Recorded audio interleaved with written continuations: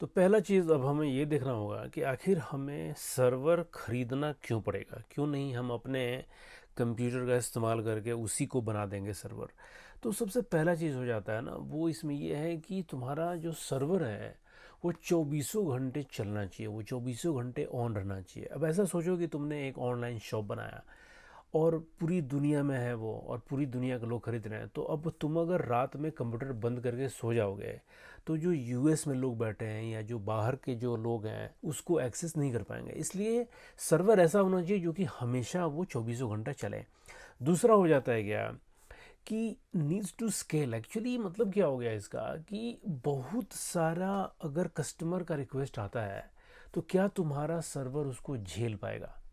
ठीक है, इसलिए सर्वर ज़्यादा होना चाहिए, सर्वर पावरफुल होना चाहिए, और तुम्हारे कंप्यूटर में उतनी कैपेसिटी नहीं है, और इसके लिए हमें सर्वर खरीदना पड़ता है। और सर्वर खरीदने को समझने के लिए समझना होगा कि आखिर ये क्लाउड कंप्यूटिंग क्या है, क्योंकि आज के डेट में हर जगह पर क्लाउड कंप्यूटिंग ही है। ठीक है, पहले का एक ज़माना था कि जो बड़ी बड़ी कंपनियां होती थी जैसे बैंक हो गए वगैरह वगैरह, तो वो अपने बिल्डिंग के नीचे उनका एक सर्वर फार्म चलता था। अब वो टाइम नहीं है, अब सब कुछ क्लाउड कंप्यूटिंग पे हो गया। मतलब क्या, क्लाउड कंप्यूटिंग सर्वर को भाड़े पर लेने के जैसा ही है। ठीक है, और अभी आपने सुना भी होगा कि जैसे बहुत बड़े बड़े प्रोवाइडर्स हैं, जैसे कि AWS हो गया, डिजिटल ओशन हो गया, गूगल क्लाउड हो गया, ये वो बड़े बड़े प्रोवाइडर्स हैं जहाँ पर तुम अपने एक सर्वर को खरीद सकते हो। और इस सर्वर को हम कहते हैं VPS, वर्चुअल प्राइवेट सर्वर। ठीक है, तो ऐसे समझो कि एक छोटा सा तुमने कंप्यूटर बोलो उसको, वो तुमने खरीद लिया क्लाउड में, और वहाँ पर जैसे कि तुम्हारा अपना कंप्यूटर है, उसके अंदर ऑपरेटिंग सिस्टम होता है, प्रोग्राम्स होते हैं, वैसे ही तुमने उस कंप्यूटर में वही जो तुम्हारा VPS है उसके अंदर तुम इंस्टॉल कर लोगे।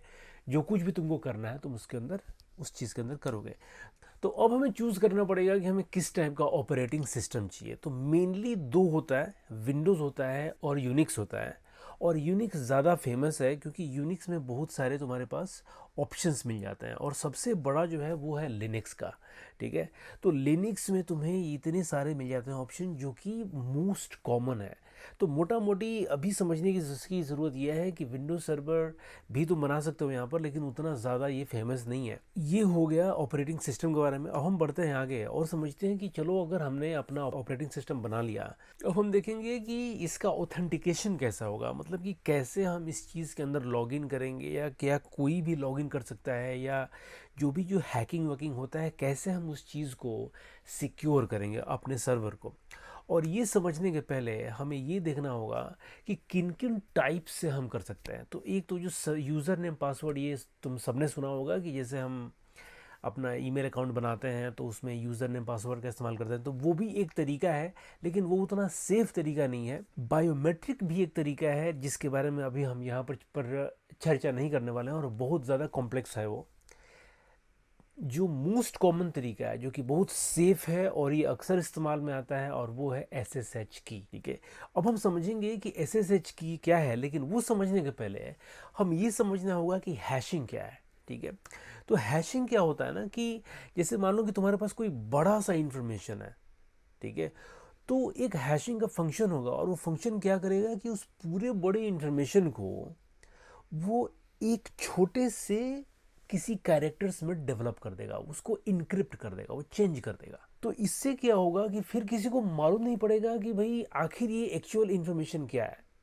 ठीक है, इसको बोलते हैं हैशिंग। तो बहुत सारे मेथड्स हैं, मतलब उसका मेन स्टेप यही होता है कि तुमने डेटा को ले लिया, तुम्हारे पास मैथमेटिकल फंक्शंस हैं, और वो फंक्शन रन कर कर तुमको एक आउटपुट देता है जो कि हैश है बेसिकली।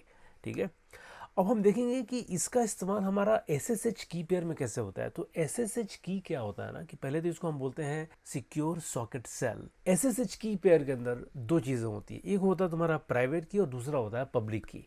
अब इसको समझते हैं कि ये क्या है। तो बेसिकली क्या होता है कि तुम जो भी इंफॉर्मेशन जो तुम भेज रहे हो, ठीक है, सिर्फ तुम ही उसको डिक्रिप्ट कर पाओगे। मतलब क्या हो गया कि तुम ही उस चीज़ को सिर्फ समझ पाओगे क्योंकि तुम्हारे पास प्राइवेट की है।